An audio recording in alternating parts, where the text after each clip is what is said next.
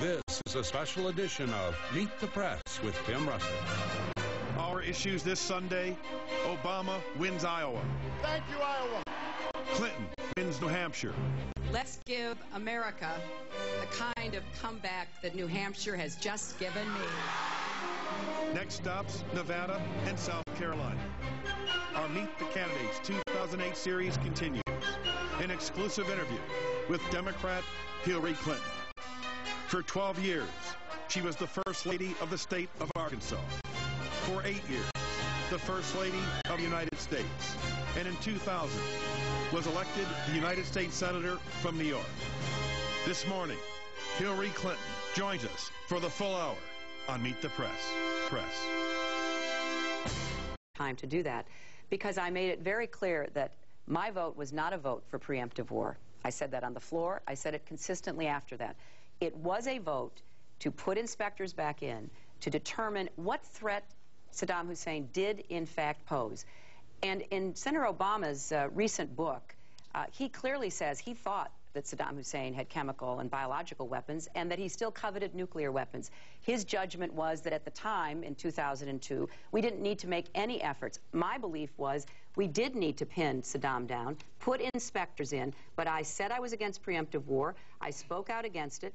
But let's look at the, wait a minute, let me finish. Let's look at the entire context, because by 2004, Tim, by the summer of 2004, Senator Obama said he wasn't sure how he would have voted. And when you asked him about that, he said, well, he didn't want to say something that could have hurt our nominees, Senator Kerry and Senator Edwards. Well, the fact is, he's always said he doesn't take positions for political reasons. That is a political explanation. If he was against the war in 2002, he should have strongly spoke out in 2004. He should have followed what he said in his speech, which was that he would not vote for funding in 05, 06, and 07.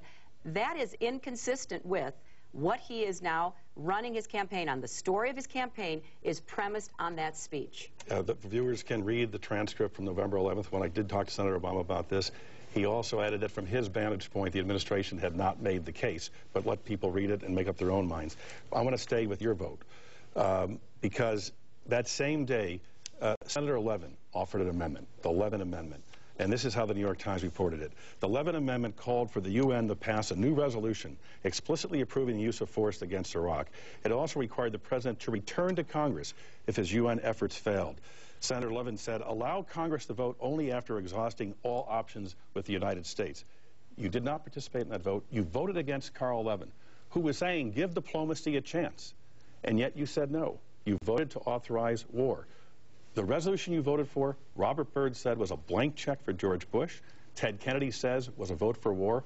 James Carville and Paul Begala said anyone who says that vote wasn't a vote for war is bunk.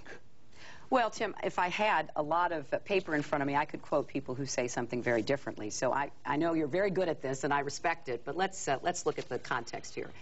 Number one, the Levin Amendment, in my view, gave the Security Council of the United Nations a veto over American presidential power. I don't believe that is an appropriate policy for the United States, no matter who is our president. Number two, I have the greatest respect for Senator Levin. He is my chairman on the Senate Armed Services Committee. And I immediately after we did have the vote on the authorization, went to work with him to try to make sure that every piece of intelligence we had was given to the UN inspectors.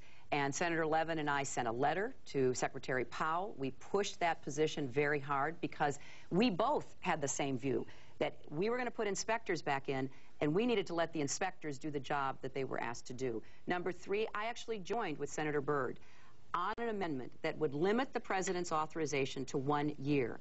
I was very strongly in favor of limiting what President Bush could do. Unfortunately, that amendment did not pass. Fourth, it is absolutely unfair to say that the vote, as Chuck Hagel, who was one of the architects of the resolution, has said, was a vote for war. It was a vote to use the threat of force against Saddam Hussein, who never did anything without being made to do so. The title of the act was the Authorization for Use of Military Force Against Iraq Resolution. But, you know, Tim, that was exactly what would happen if we weren't successful with the diplomacy and if we weren't successful in persuading Hussein to do something. And let me just add here that when we were moving toward the preemptive war that George Bush decided to wage, the inspectors were in Iraq. We were getting information finally that would give us a basis for knowing. I believe if the inspectors had been allowed to do their work, we would have learned that what Saddam Hussein had constructed was a charade. It could have very well brought him down by his own people. Now, we can sit here and argue about 2002, or we can say what has happened since and what needs to happen going forward in the future. And I think that you have two different storylines here. You have Senator Obama's storyline, the speech he gave in 2002, to his credit, which then was not followed up on. By 2003, it was off his website. By 2004, he was saying he didn't know how he would vote, and that he basically agreed with George Bush on the conduct of the war. There were others, Tim, who voted against it, spoke out against it, and never wavered over that period of time. But you voted for all the funding for the war. I did.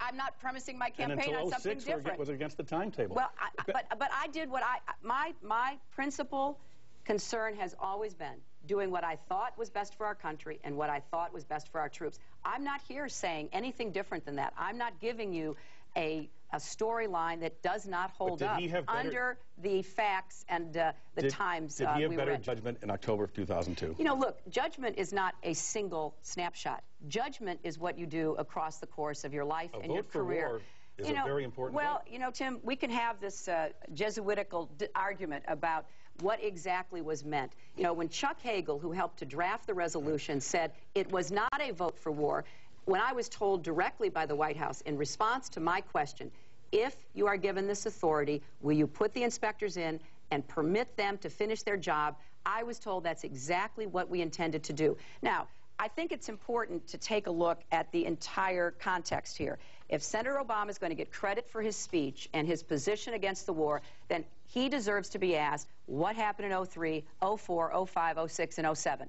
I voted for the authorization. I asked him the very questions. Well, and his answer was very political. And I mean, his whole point is that he doesn't make political decisions. Let me ask it this way. Doris Kearns Goodwin, presidential historian, I've talked to her, and she's been on Meet the Press talking about the qualities of a president. And she said one of the most important is that you learn from mistakes. Looking back on your vote in October of 2002, what can you learn from that mistake, the way you'll make decisions in the future? Well, I have said that obviously I would never do again what George Bush did with that vote. He misused and abused the authority that was given to him, in my opinion. And we can't turn the clock back. I've taken responsibility for it. It was a sincere vote at the time based on my assessment of, number one, what the potential risks might be if left unchecked, given the problems that we were facing in the world with global terrorism, and the hope that we would get inspectors back in to figure out what had been going on since '98. We hadn't had inspectors since '98. I would not have given President Bush the authority if I knew he would deliberately misuse and abuse it. And as I said, I was told by the White House personally that the point of the authority was to send a very clear message to Saddam Hussein that he was going to have to be held accountable finally, that we would know once and for all what he had there that could be used as he had used it in the past. But you know, Tim, I think that it's only fair to look at the entire context because, you know, I was against a preemptive war. I said at the time that would be a mistake. Obviously, President Bush doesn't listen to me or a lot of other people, and unfortunately, we're in the situation we are now, and we're going to have very careful and steady leadership to get us out with the least amount of damage. Again, learning from a mistake. Do you wish you had read the National Intelligence Estimate, which had a lot of caveats from the State Department and the Energy Department as to whether or not Saddam Hussein really had a biological and chemical and active nuclear program? I was fully briefed by the people who wrote that. I was briefed by the people from, you know, the State Department, the CIA, the Department of Defense, all of the various players in that. And many people who read it, well, actually not very many people read the whole thing because we were getting constant briefings. And some people read it and voted for the resolution. Some people read it and voted against the resolution. I felt very well briefed. And it wasn't just what the Bush administration was telling us in the NIE, I went way outside of any kind of Bush administration sources, independent people, people from the Clinton administration, people in the British government. I looked as broadly as I could at how to assess this. And if, of course, you see the vote as I saw it, as opposed to how it's been characterized, I thought it was a vote to put inspectors back in, to make it very clear that Saddam Hussein wouldn't be able to go off unchecked. If those inspectors had been permitted to do the job that they were set up to do, we would have avoided war. It became clear in retrospect, Tim, once people started writing books and information came out of the administration, the president had no intention of letting the inspectors do their job. That's not what I was told by the Bush White House. That's not what we were told in constant briefings from high-level Bush administration officials. That's not what the president told the country in his speech in Cincinnati shortly before the vote. If you remember, he said this vote was the best chance to avoid some kind of confrontation. We're going to take a quick break. We'll be back in South Carolina with more of our conversation with Senator Hillary Clinton, Democratic candidate for president, right after this.